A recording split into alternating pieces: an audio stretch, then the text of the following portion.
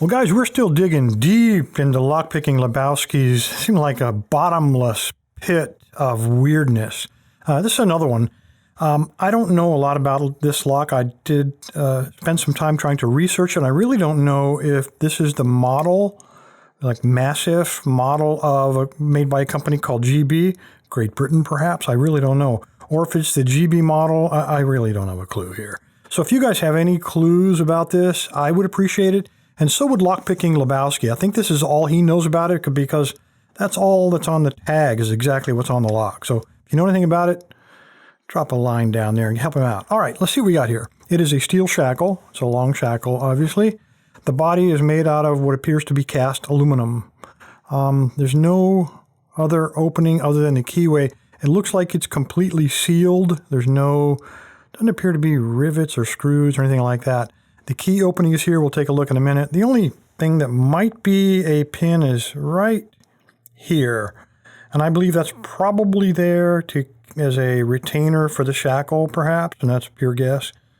The keyway is also got some weirdness in it. If you take a look inside of here, it looks like a screen door. I mean, it's got a little crossbar in there, clearly designed to keep us out.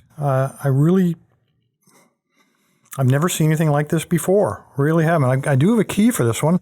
When I took a look at the key earlier, I was a little bit confused by it as well. It's listed as a tubular lock, and I guess that is a tubular key. But they all look to be exactly the same length. The only difference is the gap between the teeth. The gap this way is much wider than it is the other way. And that means that it can only go in one way. And they make sure you don't screw up because the crosshatch in there, the one that's going across sideways, is much thicker than the one vertical. So if you try to put the key in the wrong way, like this, it doesn't want to go in there. So I did slide it early. I did rotate it like that, and this will be the first open. So I did give it a little twist. It does not turn. You have to actually, seems like, push on it. Maybe it does turn. No.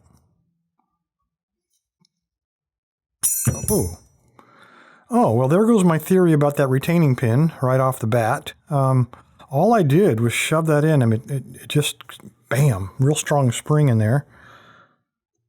When I'm trying to look through the camera lens at this, it looks like when I put a lot of pressure on it, you can see the retainer there. The locking lug, when I push in, moves out of the way. All right.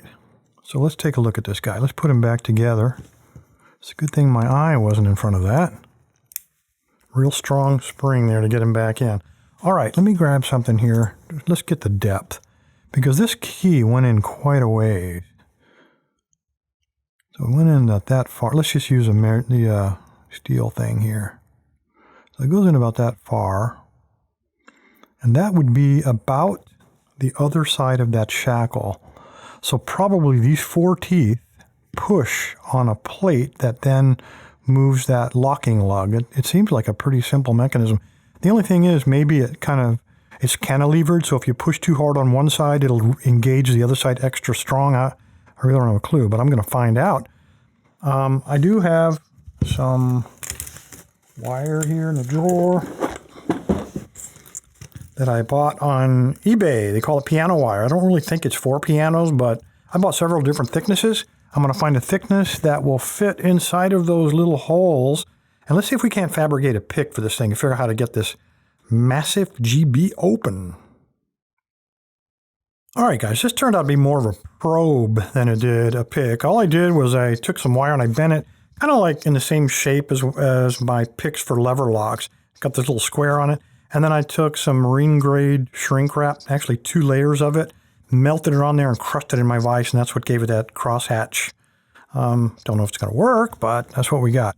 All right, on this key, my only concern is that all of them have to be pushed together. If you push on one side of the unlocking, maybe it's spring loaded and will move out of your way. But one way to find out. All right, I'm going to take this guy. I'm going to put him in the bottom left first. And I get nothing from there. All right, let's take the bottom right one.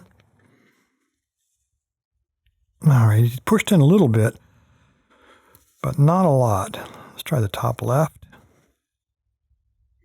All right, again, he pushed in a little bit, but not much at all. Top right.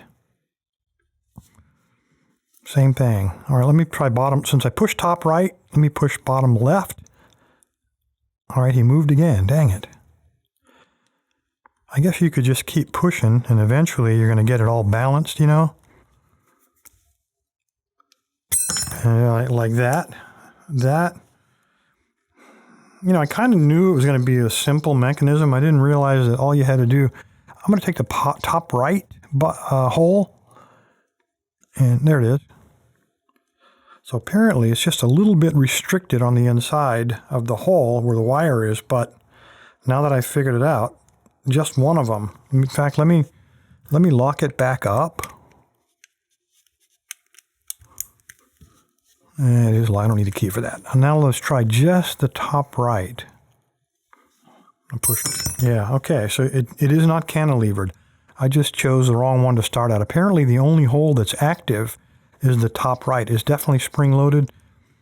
The rest of these, it goes in and you feel a little something. It may just be dirt inside of there from the age of this thing, but these other three holes, oh, bottom right is alive. So top right is spring-loaded, bottom right is spring-loaded. The two on the left are dead holes. There doesn't appear to be anything in them except crud. Anyway, there you go. The Massif or the GB and then whatever all this stuff stands for. Appreciate your time and patience. Stay safe, stay legal. Lockpicking Lebowski, thank you for loaning me this. Man, you know what? Let's go ahead and machine it open and find out exactly what's inside here. I'll be right back. Or not. Thanks, guys.